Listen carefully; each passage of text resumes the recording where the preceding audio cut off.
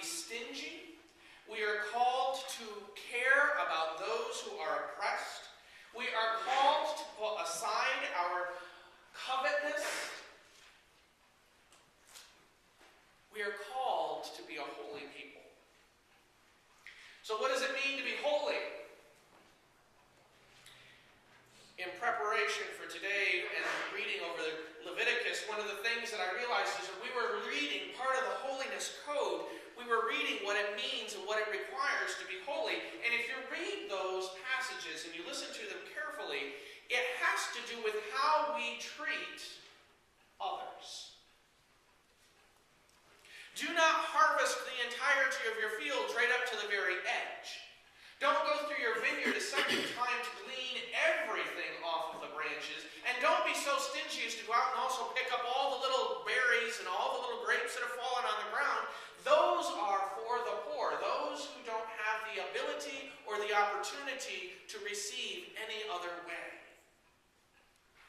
That is in very different keeping from the way our society and culture tells us to be today. Today we are told to get all that we can in any way that we can. Isn't that true? It's okay to step on the shoulders of someone else to get where you want to go. It's okay to stop on those who are below you if it means that you can advance. That is the way that our world currently seems to survive. We call it a dog-eat-dog world. Leviticus calls us to something different. Paul calls us to something different. Christ calls us to be holy, perfect, as God is perfect. Now the reality is, none of us are perfect. Sorry to burst anybody's bubble, but you aren't. Neither am I. We're not perfect. If you don't believe me, look at the person sitting beside you and ask them, am I perfect? And most of them would say, well, I can see everyone's face.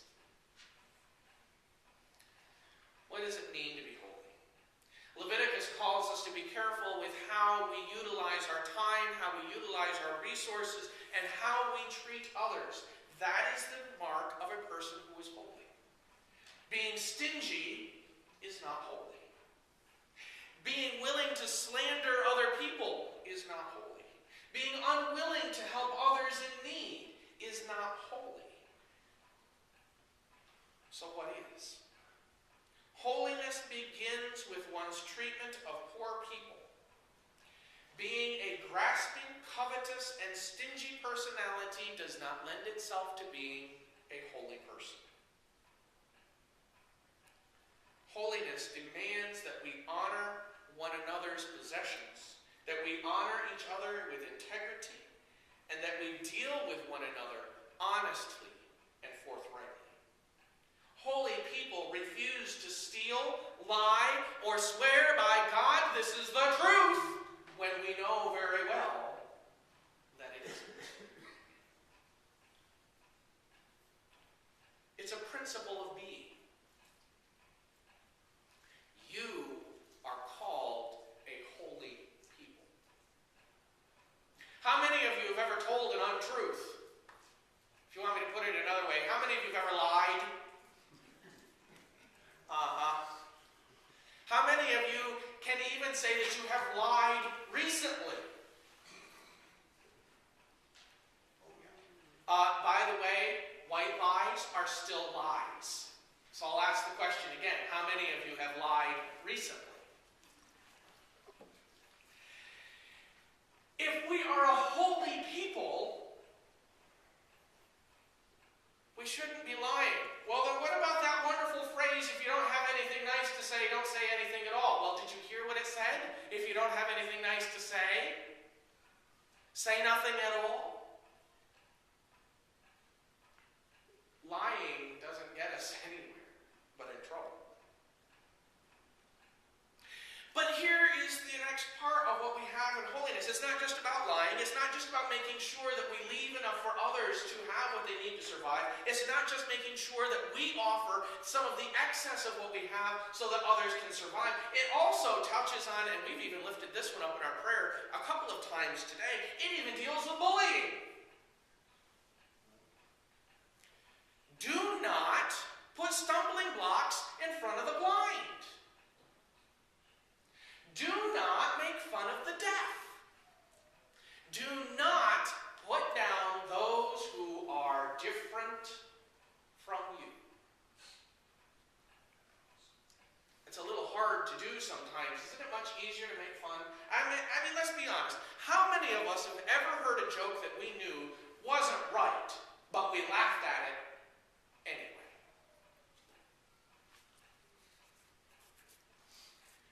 How many of us have told jokes along those lines? God has called us to be a holy people. He has called us to be a welcoming people, a people who are passionate in their worship, a people who are in mission, a people who are extravagant in their generosity, a people who are learning to develop their faith. And that means we are called to become more and more holy. Be perfect as God is perfect. Be holy as I am holy. The whole passage that we read from Leviticus closes with what most of us learned as the golden rule. How many of you can say it? Do unto others as you would have them do unto you. How are you doing? Are you doing unto others as you would have them do to you?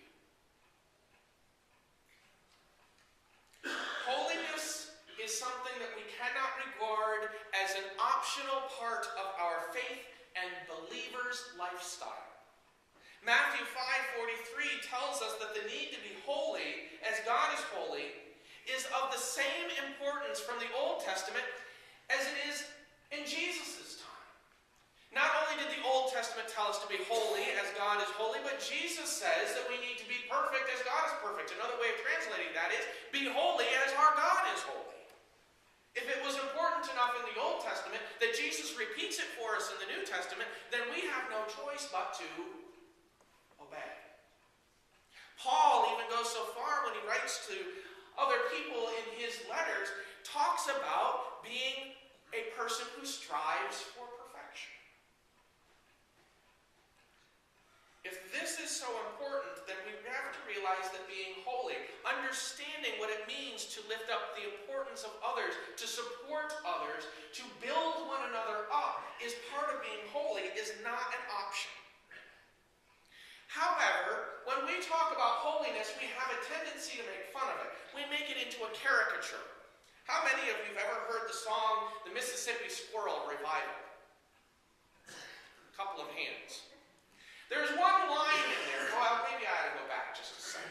There's a boy who catches a squirrel, and he brings it into church. And he's showing it to his best friend, and the squirrel escapes from the box, and it starts running around the church like mad. And there are all kinds of things that come out in the church as this squirrel runs around and goes up and down people's legs and laps and everything else. But one line in there in particular goes like this. All the way down to the amen pew where sat Sister Bertha better than you. What we also know as the holier than thou syndrome. When we are called to be a holy people, we are not called to be a caricature of a person who has a halo floating over their head and a steely gleam in their eye as they are shaking their finger at everyone else. Instead, what we are called to be as a holy people is a person who has their sleeves pushed up and rolled up, and they're involved in the work that God is doing in the world. What is the purpose of God? What is it that God desires of us? What does God require of us? To love, justice, and mercy, and to walk humbly with Him.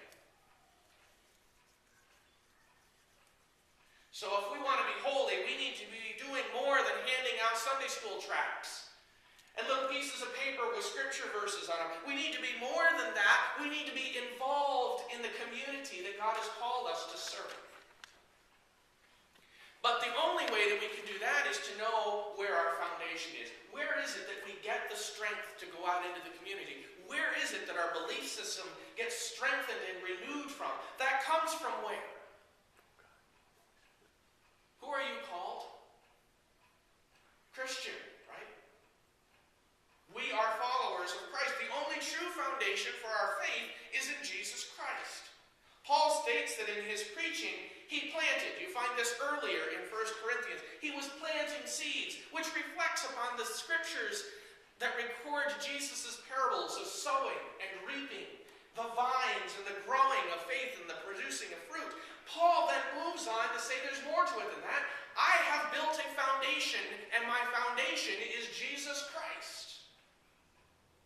All that I recognize and understand is striving for perfection only comes through my faith and belief and strengthening what I know that has come from Jesus Christ.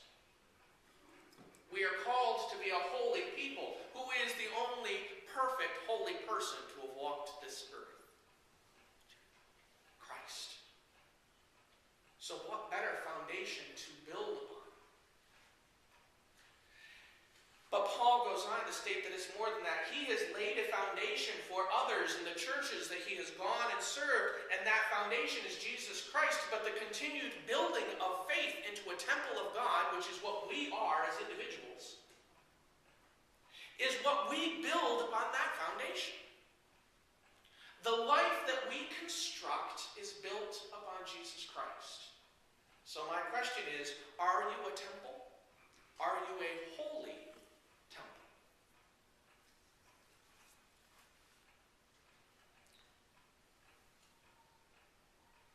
The next question is, are we doing the same as Paul did? Paul was actively involved in the communities that he found himself in by laying the foundation of Jesus Christ for others to build their faith on. Are we helping those around us build their faith, to shore up the foundations that they have their life constructed around when it is Jesus Christ? Are we building one another and supporting one another? With Christ as our foundation, then the very lives that we live are a temple to God. As a result, anything that we do that is not for the purpose of God defiles that temple. If we are called to be a people striving for perfection and holiness, then we need to realize that the things that we enjoy that are not in keeping with God's practice of faith need to be let go of. Not only that, but if we are called to be people of justice, we can't sit by as the world today does so often and say, it doesn't concern me. We have a difficulty in this country by people not willing to stick their necks out to help other people receive the justice that they need because they don't want to get involved. Somebody might get angry with them, and they themselves may end up